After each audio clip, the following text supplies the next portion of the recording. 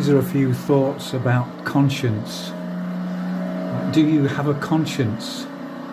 In German they call it the bite of conscience. We sometimes say his conscience pricked him.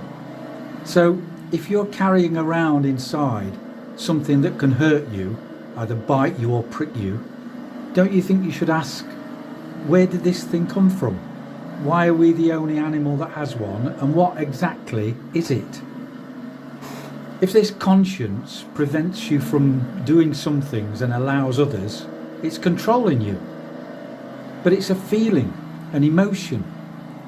As it's not a rationally examined train of thought, how do you know that its judgments of right or wrong, or good or evil, are correct or just? How do you know it's not like a computer virus implanted by some entity that does not wish you well, to screw up your normal operating system? If you'd been a white man in Alabama in 1800, you could have owned a slave with no pang of conscience. If you'd been a Roman centurion, you could have thrown Christians to the lions and watched them get eaten.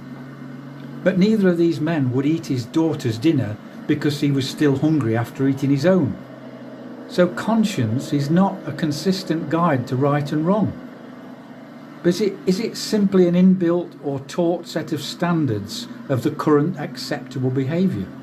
If so, we have no idea if any of our actions are right or wrong, good or evil, because conscience can't measure that.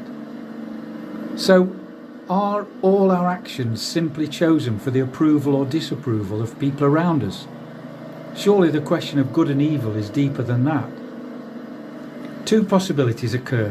One, good and evil are not fixed, but change over time.